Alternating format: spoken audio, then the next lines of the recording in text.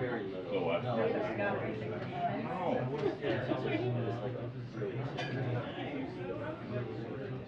The model being yeah, it was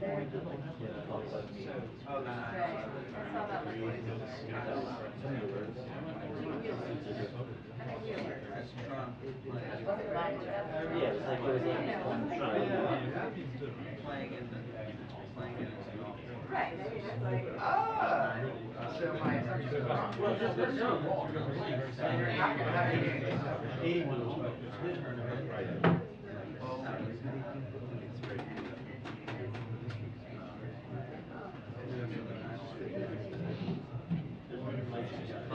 There's some tax account. No, in California. This is like complexity is the subsidy. This is for Trump. But they were also wondering about buying that. No, it's okay. We have other people. Well, people were excited for I've never seen you do that. Thank you.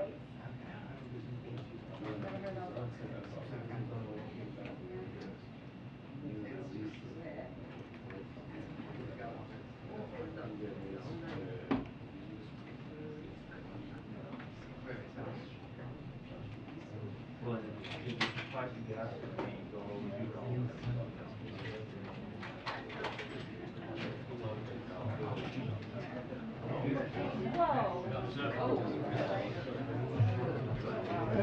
Hello. Hi, everybody. Good afternoon. It is just me today. Sorry to disappoint. Oh, no.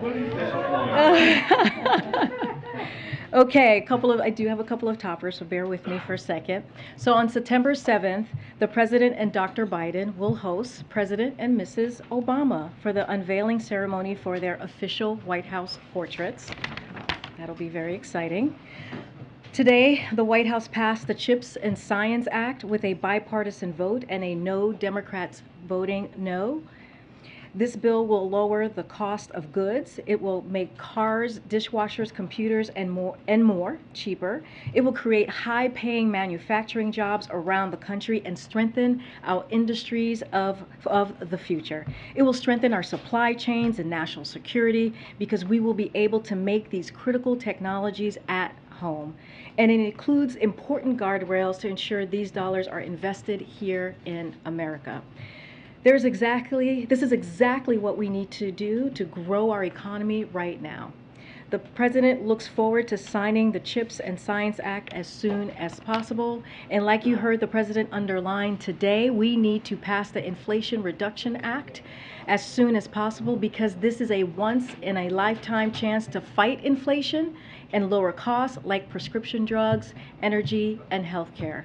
This will build on the unprecedented deficit reduction we achieved by having the wealthy pay their share and make crucial progress against the climate crisis that threatens our economy and national security, creating thousands of jobs in the process.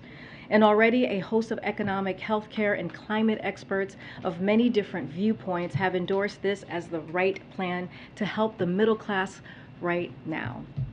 This is all about whether we're going to stand up for the middle class families against the pain from the global problem of inflation and cut the costs of drugs and energy and the deficit.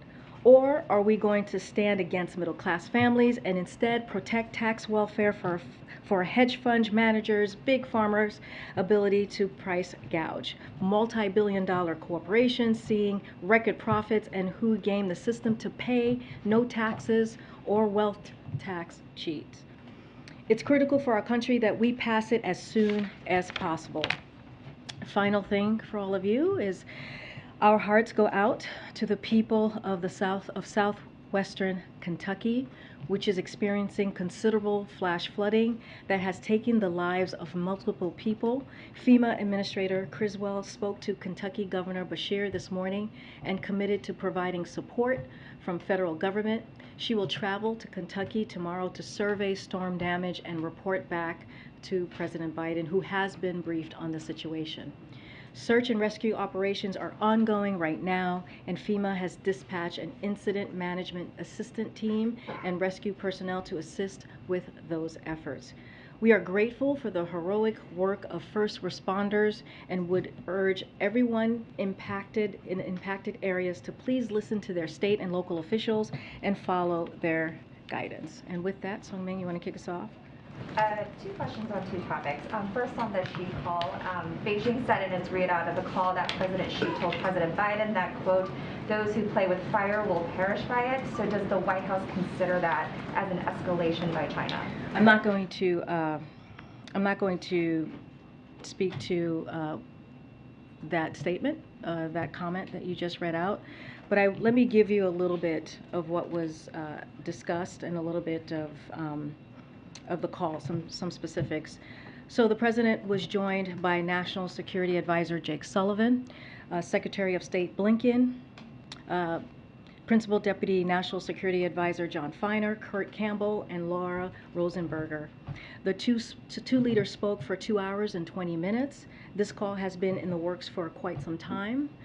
National Security Advisor Sullivan proposed this call in June during his meeting with his PRC counterpart as part of our efforts to maintain open lines of communication and management the relationship responsibly. I'll say this, they had a very direct conversation, and that they've known each other for some time. President Biden has known President Xi for about 4 decades. This is a relationship that they've had for some time, and again, it was a direct, straightforward conversation. This is something you hear from the president all the time, and the importance of having leader-to-leader conversation. But again, I'm not going to speak to or characterize what was just stated. And on one domestic question, the president said repeatedly in recent days that if Congress does not act on climate, that he would. So if the Manchin-Schumer deal gets signed into law, does that mean that the president would not declare a climate emergency? So I'll say this. The last time the president traveled, as you all know, some of your colleagues traveled with him to Somerset, Massachusetts, and he was at the coal-powered facility that shut down back in 2017. He then said climate change is an emergency, and he called it an act of urgency at the time. And he has done that throughout the 18 months. When he walked into the administration, he said that climate was a crisis, was one of the crises that we had to deal with.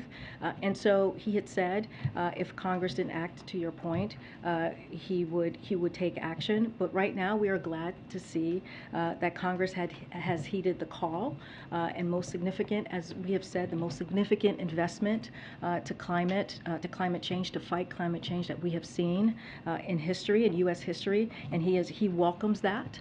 But the president has been acting on the climate crisis since day one, taking bold action, decisive action to make sure that we deal with this crisis, with this emergency. So he'll continue to do that, even though the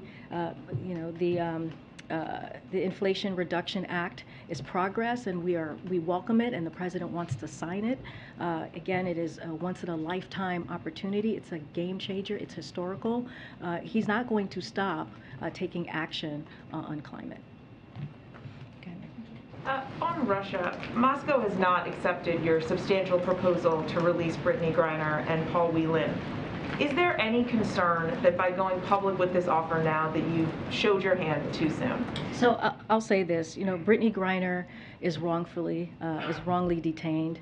Paul Whelan is wrongly detained, and the president has been very clear about this. He wants to make sure that they come home.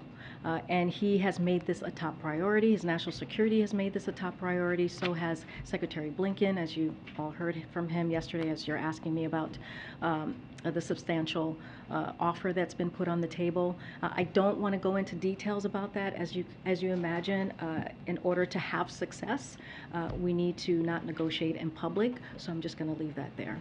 Just so I understand, is this still a negotiation, or is this your best and final offer that you all have put out there? I really cannot go, just for the privacy and the safety of the process. I cannot say more. But we are sharing that we did put a substantial offer on the table. We wanted to be, we wanted to show that this president is taking it very seriously, just like he did with Trevor Reed.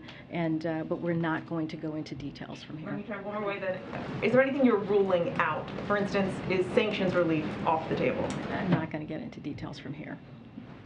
So not off the table? I'm not going to get into, I'm not going to negotiate from here. We just cannot negotiate from here. All right, thanks, Mary. In the call today, did the two leaders succeed in lowering tensions? You know, I'll say this. Let me just share a little bit about what they covered, the three issues that they covered. Again, this was a straightforward conversation that they had. They've had a relationship for many decades. This is the fifth call that the president has had with President Xi. They wanted to make sure that they continued the dialogues, kept the open lines for conversation, and that's what we saw today. Again, it was more than a 2-hour call, but I'll share a little bit of what they covered. The first was a detailed discussion of areas where the two countries can work together, with particular focus on climate change and health security and counter narcotics. The two teams will be following up on these areas. President Biden also raised the need to resolve the cases of American citizens who are wrongfully detained or subject to exit bans in China, as well as longstanding concerns about human rights. Second, they exchanged views on Russia's war in Ukraine and the global impacts it is having. And then on Taiwan, President Biden underscored that the United States policy has not changed and that the United States strongly opposes unilateral efforts to change the status quo or undermine peace and stability across the Taiwan Strait. President Biden also raised the need to resolve the cases of American citizens who are wrongly detained or subject to exit bans in China, as well as longstanding concerns about human rights. So those are the three components that they discussed. We were told they discussed the possibility of a face-to-face summit meeting. Is that something you'd like to do before the end of the year? Is there any sort of time frame on that? We don't have anything on the president's schedule to share. As you know, and I just stated this, the president really truly appreciates of leader-to-leader interaction. He's been a senator, he's been a vice president, he knows, and now president, he knows the importance of having that. I don't have anything to share more than that. Just one more on that call. Yeah, sure. On President Biden raising, you said, long-standing concerns about human rights with President Xi. Can you tell us anything more about that specific portion of the call, and specifically whether he raised the issue of the treatment of Uyghurs in the Xinjiang region? So I can tell you that he raised genocide and forced labor practices by the PRC. That is something that he raised.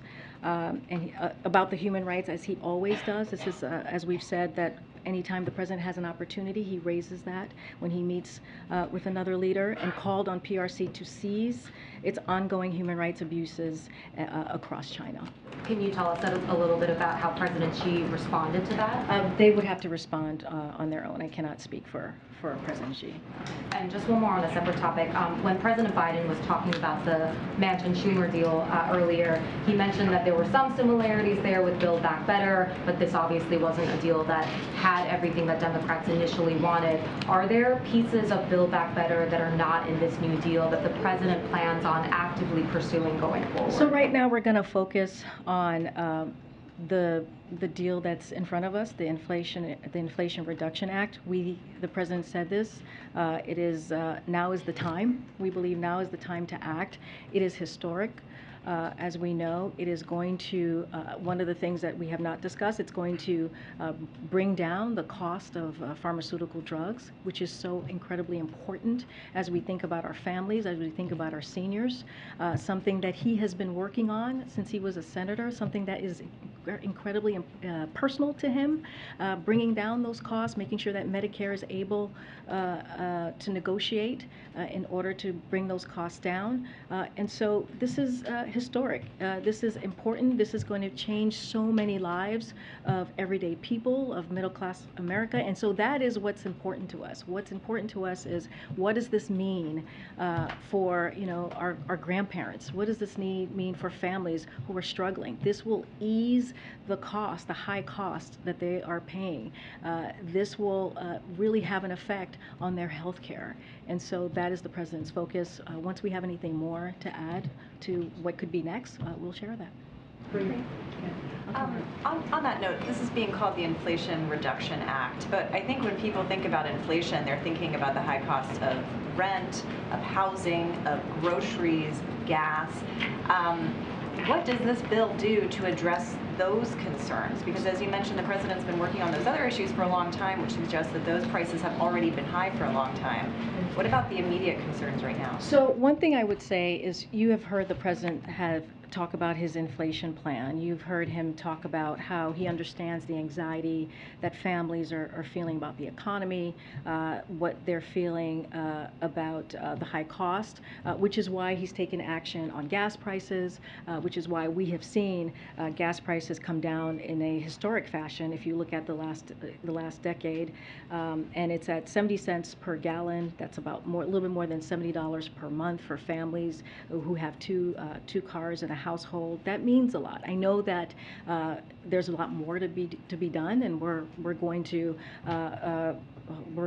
we believe more of a decrease. But what families pay at the pump does matter. What families pay at the drug pharmaceutical companies matter. I mean, we have Americans here who are paying for a drug 2 times, 3 times more than folks in another country. I mean, that should not be. So that does matter, lowering costs for millions and millions and millions of people. And so experts have said that and they will tell you that when you look at this bill, this act, it will indeed help fight inflation. It will indeed help reduce the deficit. So the experts are saying that as well. Thank you, Karine. Today the president argued that the economy is not in a recession. And it was a year ago that the president said that inflation would be temporary. So the question is, why should Americans take his word for it now when the president got it wrong on the economy a year ago? So here's, when we talk about recession and we talk about where we are currently today, what we look at and what we speak to is the facts, is what other experts are saying and what the textbook definition is of recession. And if you look at the pre-recession years in our history, you see that the thing that happens during a pre-recession is that you lose jobs, and we're not seeing that currently. It is not what is happening. The labor market, it has gained jobs. If you look at the first 6 months, 2.7 million jobs have been created under the president's watch. 9 million new jobs have been created. The last quarter, 1.2 million jobs. And we're seeing the resiliency of business investment. We're seeing the resiliency of consumer buying power, and that matters. Those are the broad factors that we look at. But Karine, what do you say to Americans who say, this is really a discussion about semantics? Whatever you want to call it, you have Americans all across the country who say it is harder for them to make ends meet every month. They're hurting. And this is a president who understands that. We have talked about that. We have talked about how we understand what the American people are feeling. We understand what that conversation they are having around the kitchen table about how they're going to deal with cost. But that is why we're asking Congress to act on this Inflationary Reduction Act. And let's not forget, I just talked about chips and how that is going to make difference and lower costs. When you think about the semiconductors, right? You think about how the prices of automobiles shot up during the pandemic, and now we're going to be able to make that here. That is a big deal. That is incredibly important as well. Does the president run the risk of looking out of touch in this moment by digging in on this definition that this moment is not a recession, if in fact at some point it's determined that that's exactly what I have to tell you, Kristen, I don't think we're digging in. We're being asked. We're being told, and every day I've come in here, I've been asked, so Karine, what, is this a recession? So we're answering the question. We're using the facts to answer the question. We're using economists who have said, hey, this, for example, Chair Powell has said, I do not think the U.S. is currently in a recession. There's just too many areas in the economy that are performing well, and that matters as well as we are trying to explain to the American people. And just very quickly, has the president spoken to Senator Sinema? Is it his expectation that she is going to support this piece of legislation? So I refer you to Senator Sinema. The negotiations, we do not have a call to read out to you at this time. I would refer you to her and also Senator Schumer, who's doing the negotiations. Not to have her as a part of these negotiations? Again, I would refer you to Senator Schumer, who's been leading the negotiations. Go ahead. Thanks, Karine. On the phone today, did President Biden ask President Xi anything about getting to the bottom of the origins of COVID? On the origins of COVID, the two presidents did discuss the health security, and transparency is key part of that. As we have repeatedly said, the PRC is not living up to scientific and public health norms for data and information sharing. We have said this before, so that is nothing new. And we are, the international community, we've said this needs more data, they need more information to make clear the determination on the origins of the pandemic. We continue to work with our partners around the world to press China to fully share information and to cooperate with the World Health Organization. So this has come up many times I know it's come up before, but it came up today.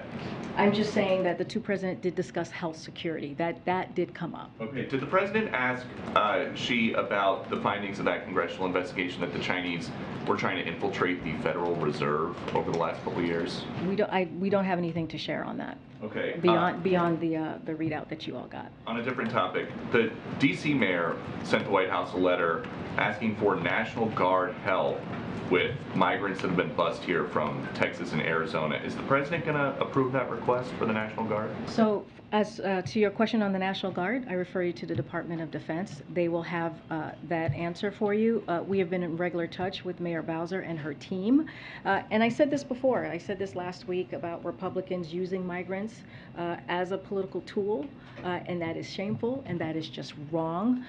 There is a process in place for managing migrants at the border. This is not it, what they're doing currently. That includes expelling migrants as required by court order under Title 42, transferring them to ICE custody, or placing them in the care of local NGOs as they await further processing. Again, so what Republicans are doing, the way that they're meddling in the process and using migrants as a political pawn is just wrong. So the White House's preference would be for small towns in Texas and Arizona to have to take care of these migrants rather than a large metropolitan city like Washington, D.C. That is not what I said. That is what you said. No, You said not, you think that I people said are that using there is. migrants.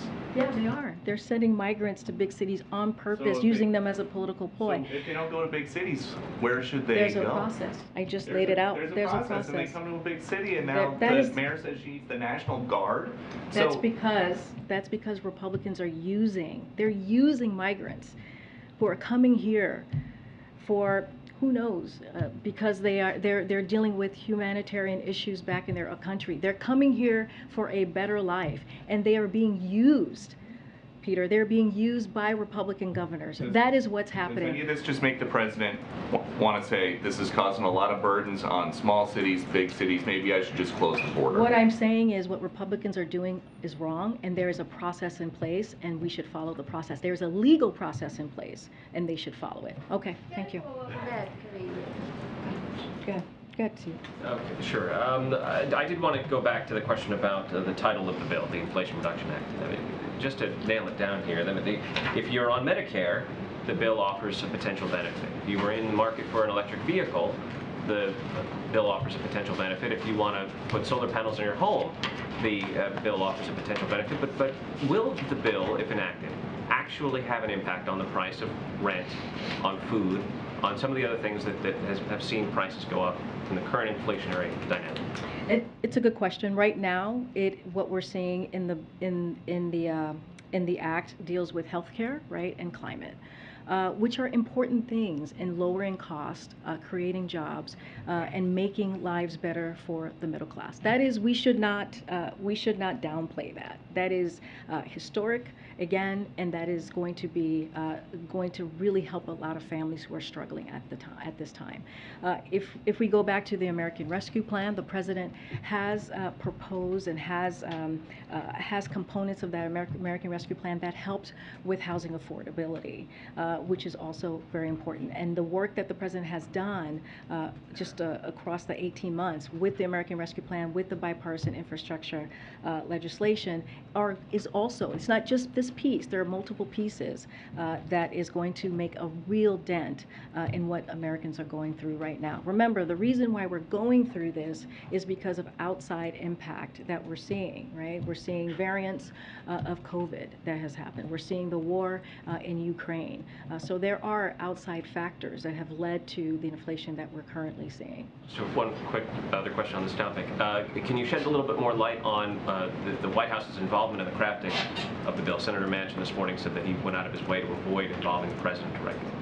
So, you know, the president has been in touch with many members in Congress, and he has not been directly, as he has said, negotiating, but he has been in touch with them. We have a whole White House team here who have had direct communication with folks on Congress about what they needed with this legislation, and that continues, and that has been happening these past several months. I'm just not going to go into further detail on private conversation. Go ahead, Nancy. Just two questions. What did President Biden tell President Xi about Pelosi's trip to Taiwan, and how has he personally asked Speaker Pelosi not to go on that trip? So I can tell you this. Look, there's a separation of power, right? There is two co-equal governments. The president was a member of Congress for 36 years. He understands what that means, and he knows that this is not, he cannot tell a member of Congress what they can or cannot do. So that is something that the president gets very well. Now, secondly, there has not been a trip that has been announced. I cannot speak to the speaker's schedule. She has to speak to her own schedule. Again, as we have said multiple times, when a congressional member thinks about having a trip or wants to go on a trip, an international trip, we give them the advice on the geopolitical assessment, on national security assessment, and it is up to them to make that decision. Just one more thing. Based on today's GDP report, China now will have a faster economic growth than the U.S. this year. I'm wondering how the White House feels about that. Look, I'll say this, and I'll quote Secretary Yellen on what we saw today with the GDP. So and she said this earlier during her press conference, there are a variety of risks ahead, like Russia's war, COVID lockdowns in China, and more. We have strengths in the economy, a strong labor market being one strength. Consumer household balance sheets remain generally strong. Credit quality is strong. You do not see some significant increase in businesses, bankruptcies. These would be the typical kinds of distress we associate with recession. That was what she said about recession. As to China, look, we also passed, the House just passed the CHIPS Act, which is going to make a difference, which is going to help us make us more competitive with China. It is a huge game changer, if you will, with having manufacturers invest here, dealing with our supply chain. Remember, one of the issues that we have had with inflation are the supply chain due to the pandemic. So this will help with that. This will create jobs. All of these things are going to matter in the upcoming months as well. Sure. Michael, I actually have an answer for you. I'll give it to you right now if you want. I remembered. Well, now let's see. Well, no, he asked me a question a couple days ago, and I was like, I gotta get that question. I answered to him. So you had asked earlier about federal efforts to protect communities impacted by extreme heat in the Pacific Northwest in particular. So I just wanted to follow up with some information specific to that region, because I know McClatchy has a lot of other newspapers under your umbrella. So as the Pacific Northwest continues to face a dangerous and persistent heat wave, the president has directed his team to take swift and aggressive action to protect communities. Federal agencies are working with state and local partners in Oregon and Washington to provide clear and accessible information on how people can protect themselves from extreme heat. For instance, multiple National Weather Service forecast offices across the Pacific Northwest have been regularly briefed emergency management partners on the expected impacts, and we are deploying more than $7 million throughout this summer to Oregon and Washington to help lower cooling costs for low-income households, open cooling centers, and buy, distribute, or loan efficient air conditioning equipment. And you still get a question. I'm just answering the question that you asked, and I said that I would get back to you. I appreciate it. On another topic, Venezuela's Nicolas Maduro has a close ally named Alex Saab who's facing federal charges in a U.S. court. He wants Alex Saab to be released. In that context, the Venezuelans this year have, separate from the two Americans who have been detained in Venezuela that the administration secured their release, separate from those two, Venezuela has detained 4 Americans so far this year that your administration believes is wrongfully detained. Yeah. With the president signaling that he is clearly willing to conduct prisoner swaps, whether it be Trevor Reed, and I know you won't go into the details of this offer with Brittany Griner or Paul Whelan, but with the president signaling that, how should dictators around the world, like Nicolas Maduro or anyone else, read that? Is the bazaar open, and is there, value on American lives? So I'll say this: we don't think that there's an incentive, right? Because we're doing this for countries to continue to take more hostage. I know we've gotten that question, so I just wanted to answer that. But we also think that it's also critical to deter and disrupt hostage taking and wrongful detentions in the future to prevent more Americans and their families from going through this terrible ordeal. So that's why a couple of weeks ago we announced a series of actions to expand the toolkit the U.S. government can use to do that, including the ability to impose serious costs and consequences, such as sanctions and visa bans on governments and non-state actors who are involved in hostage takings and wrongful detentions. The State Department also just introduced a new risk indicator to their travel advisories to inform U.S. citizens about the risk of wrongful detention by a foreign government in 6 countries that have regularly engaged in this space. So I just wanted to talk about what we are doing currently, what we have announced. Look, the president has been very clear. He is going to do everything that he can to make sure that U.S. nationals who are wrongfully detained come home. And I think what you're seeing with his action and this offer, the substantial offer that's on the table with Brittany Griner and with Paul Whelan, shows that he is willing to take those actions, and even with Trevor Reed. So this is something that the president takes very seriously, and he's going to continue to act.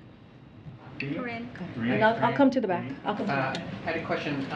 Does the president have another plan for passing aid to veterans exposed to burn pits? Now that the Senate Republicans blocked that bill, comedian Jon Stewart's on the Hill, talking about that.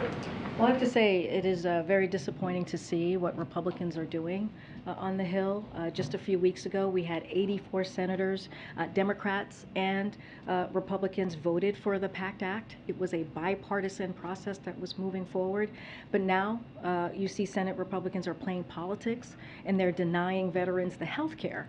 And not just the health care, but the benefits they have earned. The benefits that they have earned, the folks who have put their lives at risk to protect us. This is what they're doing, these Republican senators. So we want to be very clear here. Veterans and their families are facing a stark reality. As Congress stands by, veterans are dying from toxic exposures, as we know. So we cannot wait any longer, and Congress needs to pass the PACT Act immediately. And that's the message that we're going to send. One other question, if I could, about the call today. Can you just share whether the President feels any progress was made on lifting tariffs against China? Any progress on when that may happen? So I don't have anything new to share. So the President did explain on his decision, but the President did explain his core concerns with China's unfair economic practices that harm American workers and families. But again, they did not discuss any potential steps he might take with President Xi. That has not been decided, so I'm not going to get ahead of the President. Okay. I'm sorry. I'm sorry. I'll go to the back after. I'm so sorry. Yep, we'll get there. The Manchin-Schumer deal announced last night does away with the president's proposed Buy American tax credits for electric vehicles, and it expands the idea to include vehicles assembled in Canada and Mexico. Does the president support this change, considering how important it was for him to prioritize vehicles assembled in the U.S. with union labor? Well, let's not forget the bipartisan infrastructure law that also addresses electric vehicles, and is also a big historic investment. Look, the way that we see this, you heard from the president earlier today, this is it's a lifetime opportunity. This is going to be a game changer for many Americans, and so he supports this piece of legislation, and he wants to see it pass so he can sign it. All right, go ahead, Chris, and then I'll go back. There's some concerns on the Hill among Republicans who feel like they were sort of blindsided by this announcement yesterday afternoon, and that it could make it more difficult for them to get the votes together to do things like, working in a bipartisan fashion, things like codifying same-sex marriage. Does the president share any of that concern that now that announcement is out, after getting the gun bill done together, after doing chips, that maybe now that we've moved beyond that phase and they won't be able to get things? So I'll say this, I'm not going to speak to the mechanism or the decision of which bill comes first, how it was decided. That is something that I would refer you to Senator Schumer in the Senate. What I will say is that the president has been like the tip of the spear when it comes to marriage equality, and he very much supports it. We put forward a SAP just last week saying that we support the marriage equality bill that has been put forward, and he is going to continue to encourage Congress to pass it. It's not over. I think negotiations are still happening, and we'll see where this lands. But again, this is something that he strongly supports.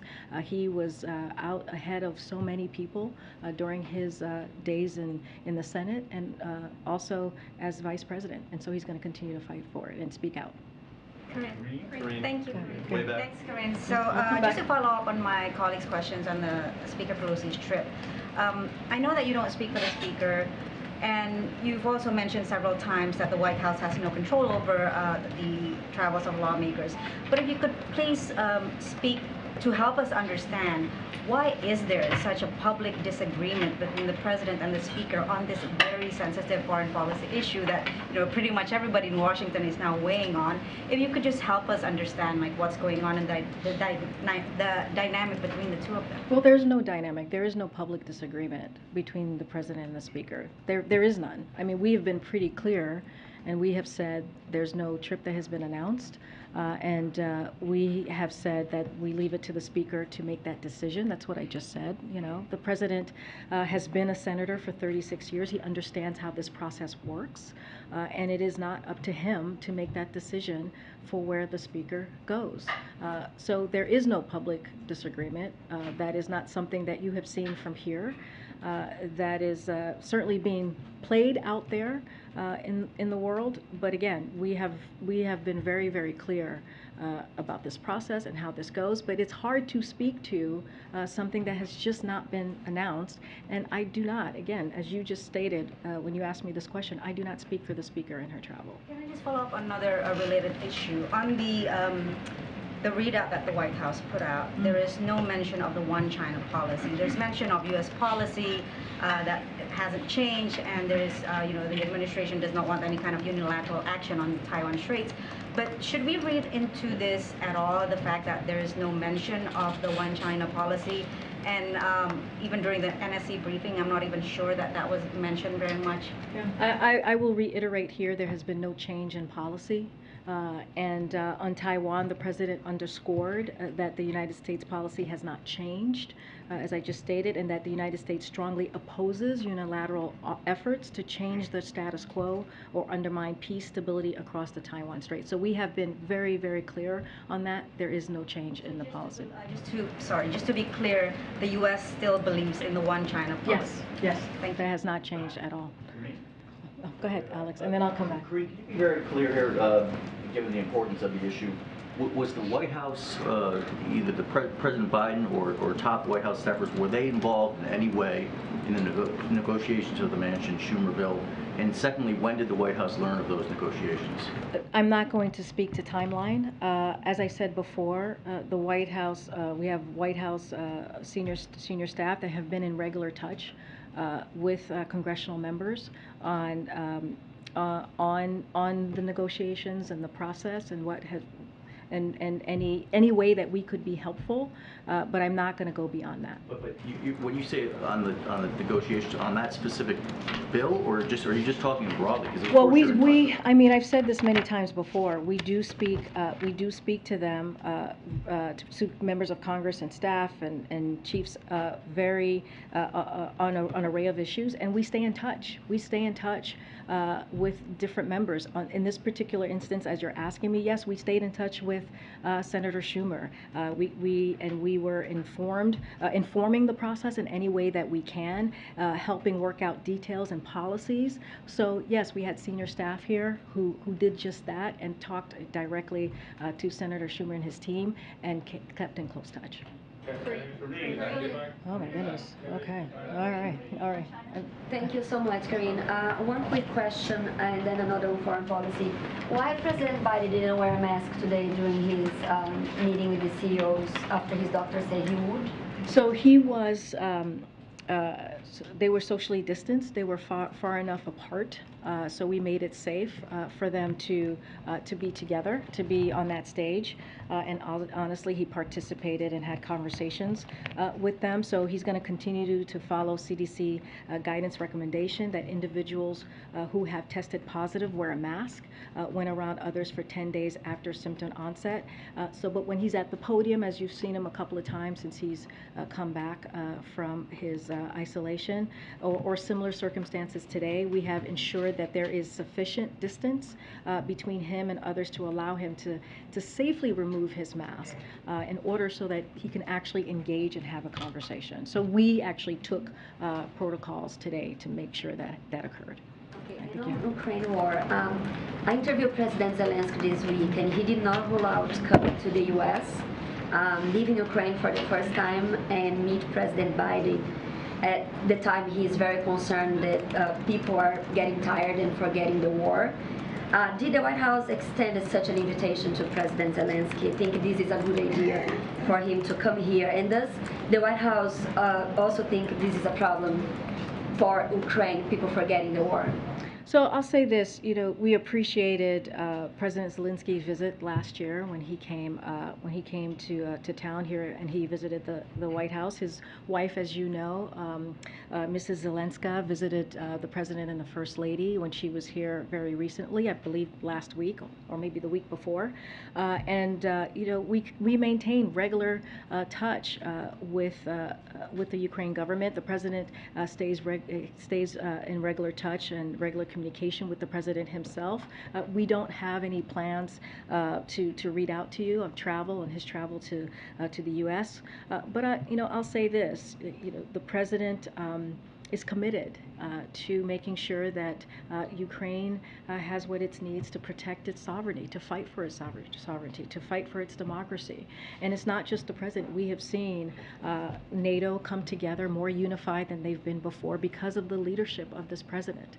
You saw that when he went to the G7. You saw that when he went to NATO, and that is going to continue. We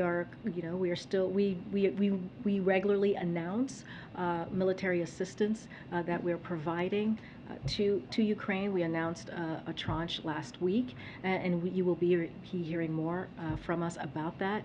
And so we are very much committed to making sure they are fighting against Russia's brutal war. Now remember, this is Russia's war. Russia can end this today if they wanted to. But in the meantime, we're going to continue to support Ukraine. And does the White House think it's a problem that people are forgetting, getting tired of the war?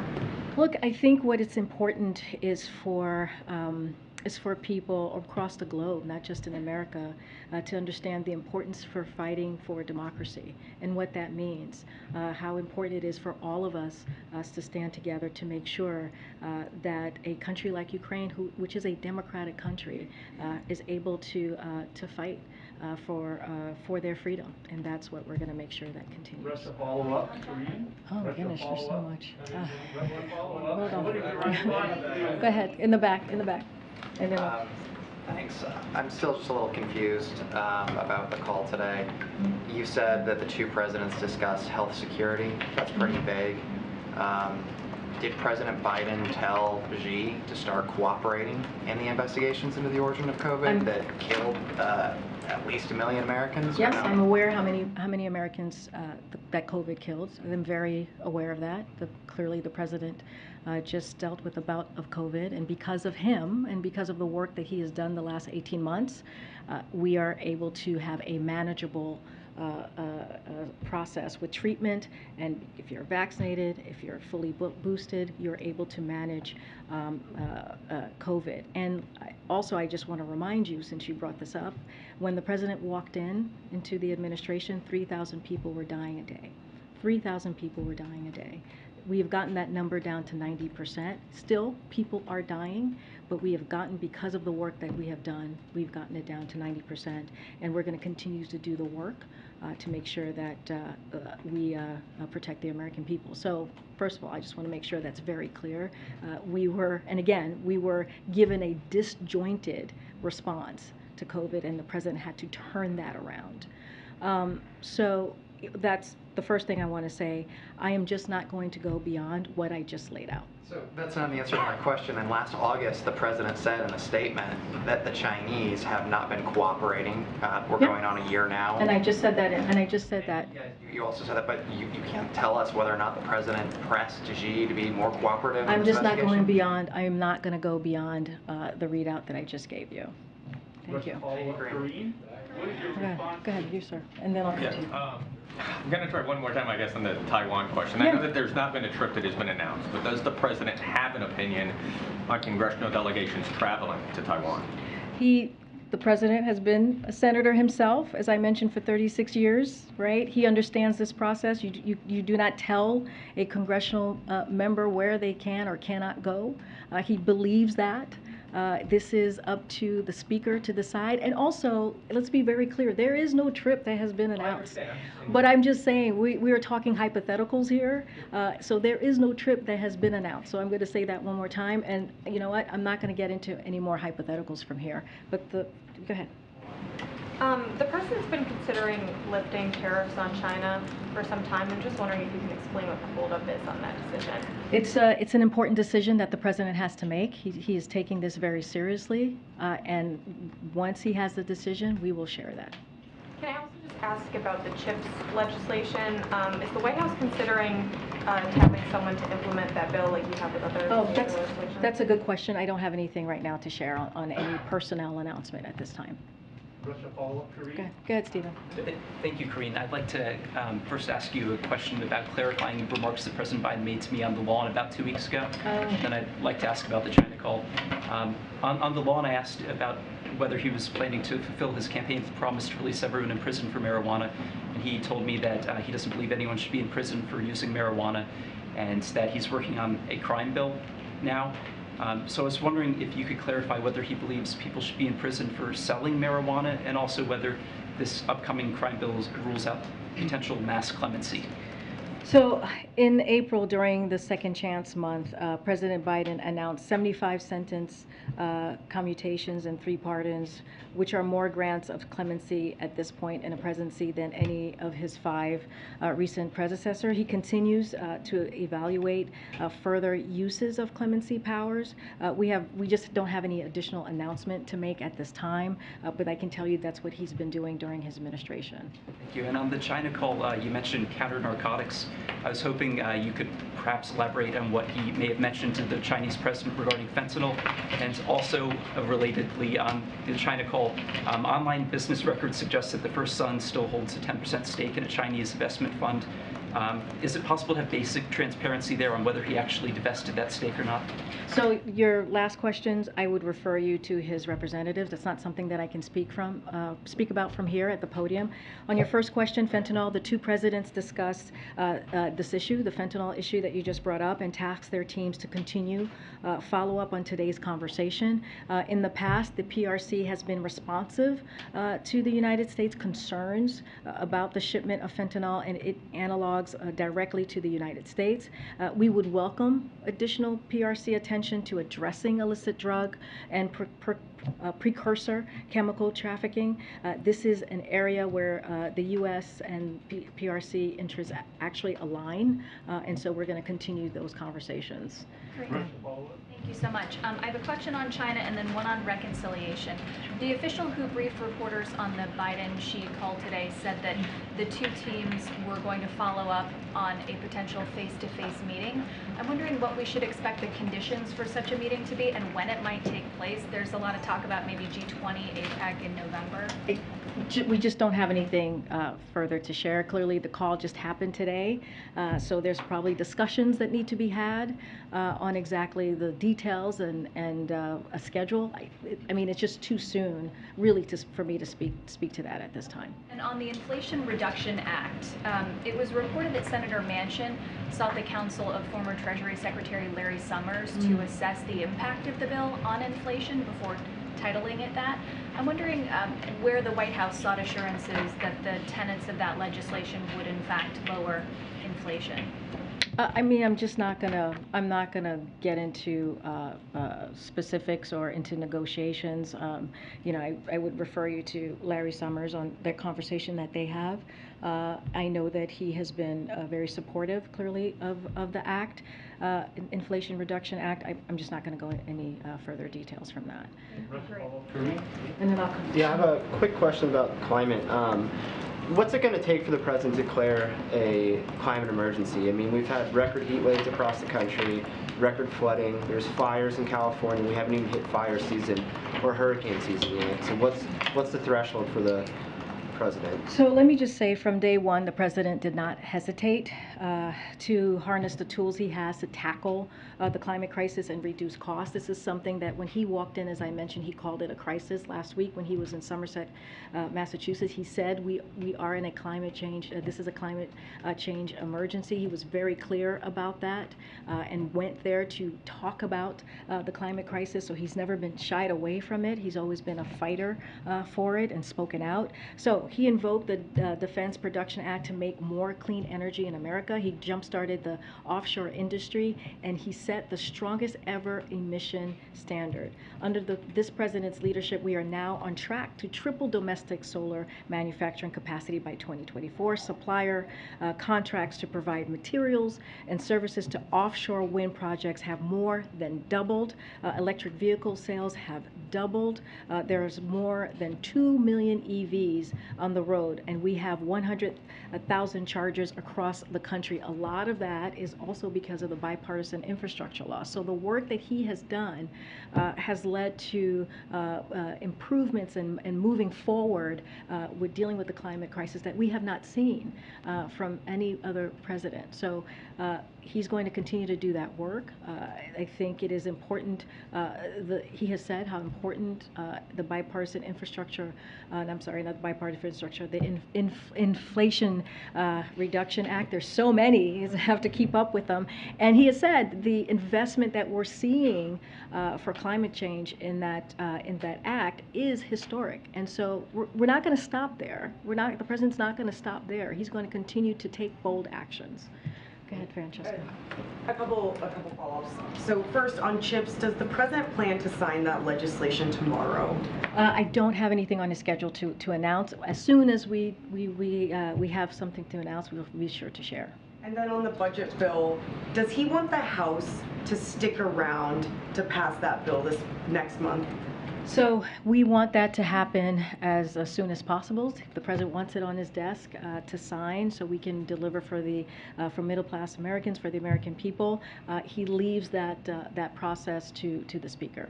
Okay, and then on his meeting with Xi Jinping, it sounds like you're leaving open the possibility that it could be some sort of a standalone meeting that wouldn't necessarily be... I honestly, it's a hypothetical. I do not know. I don't have any, we just don't have, the meeting just happened a couple of hours ago. Their conversation just happened a couple of hours ago.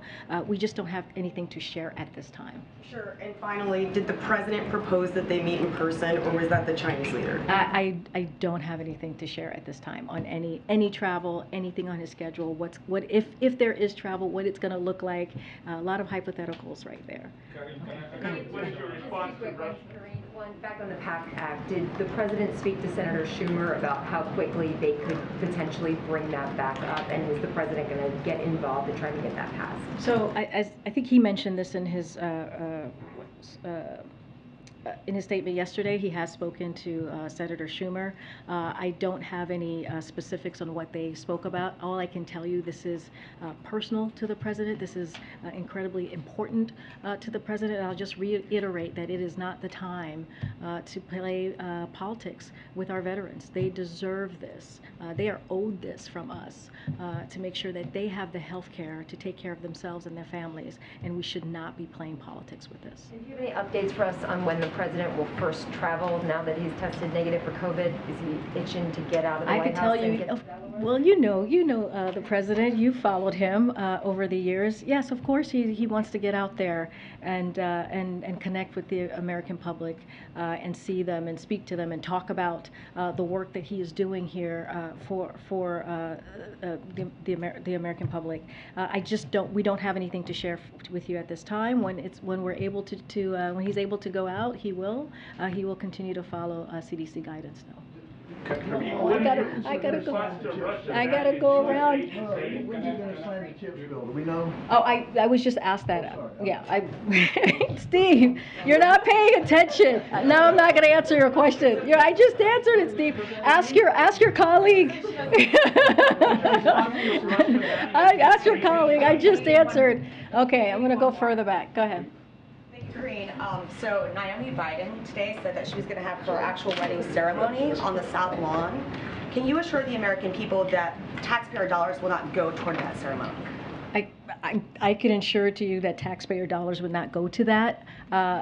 Look, that is a personal affair that's happening. That is not White House business, so I cannot speak to that from here. And will the press will be allowed access since it's on the South Lawn?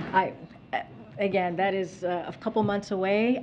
That is not even something I was tracking, to be very honest with you. But I'm just not going to speak to that at this time. Okay. I'm going to go wave. The one question on Africa, but one question on the president first. The headlines that we've seen recently, the Washington Post, quit Joe, quit the New York Times, President Biden is too old to run for a second term, Kamala Harris is stuck. How do you see these multiple opinion pieces from the Washington Post and the New York Times? Do you see them as coming from a good place, good recommendation, good advice, or do you see them as a hit job, an attempt to complete January 6th by people who didn't even endorse him in the first place? Well, we definitely don't see them as any advice. I'm going to be very clear. I'm going to say this once. And the president has been very clear about this. He intends to run in 2024. And he is going to, until then, He's going to do the business of the American people, as he's been doing for the past 18 months. When you look at the COVID response, when you look at the work that he's been doing at climate change, when you look at the economy, how he was able to turn it back on when he walked in, businesses were shut down, schools were shut down. There were 20 million people that was collecting unemployment benefits, and now we're seeing gains. 9 million jobs have been created under this president since he walked into the office. That's what matters. That's what he cares about, and that's what we're going to continue to focus on. Go ahead, Alex. And No, on, go ahead. on you personally, I know you're a black woman and you've been here at the podium for 2 months. Have you faced any racist attack from anyone? We're going to move on, Simon. Go ahead. Go ahead, Alex. Just help us think about this moment in COVID right now. Los Angeles County, as you know, is debating bringing back a mask mandate, and the Health Commission, the commissioner there, Barbara Ferrer, suggested they may well do so. At the same time, we just saw the president, work through his illness. Obviously, had Paxlovid and great care, but there just seem to be confusing signals. So I know you guys listen to the science, but sort of just in everyday terms, how should we be thinking about this pandemic? I'm not sure about the confusing signals. We had Dr. Jha here for almost 3 days straight when the president was isolated, and he was very clear about what this moment means and how we saw this moment as a teachable moment for the American public, and how we're in a different place than we were 18 months ago. That is just a fact. We have vaccines, we have boosters, we have Paxlovid, which is the same thing, the same treatment that the president had. Everyday Americans could have that, and they can get vaccines for free, they can get boosters for free, and they can get Paxlovid from tens of thousands of pharmacies across the country. That is because of the work that this president has done. And we have been very clear, COVID is still here. It has not gone away, but we have made some improvements, and that matters. But we are going to continue to encourage Americans to make sure they get their vaccines, if they haven't, to make sure they get that second booster if they haven't, and they can go to covid.gov.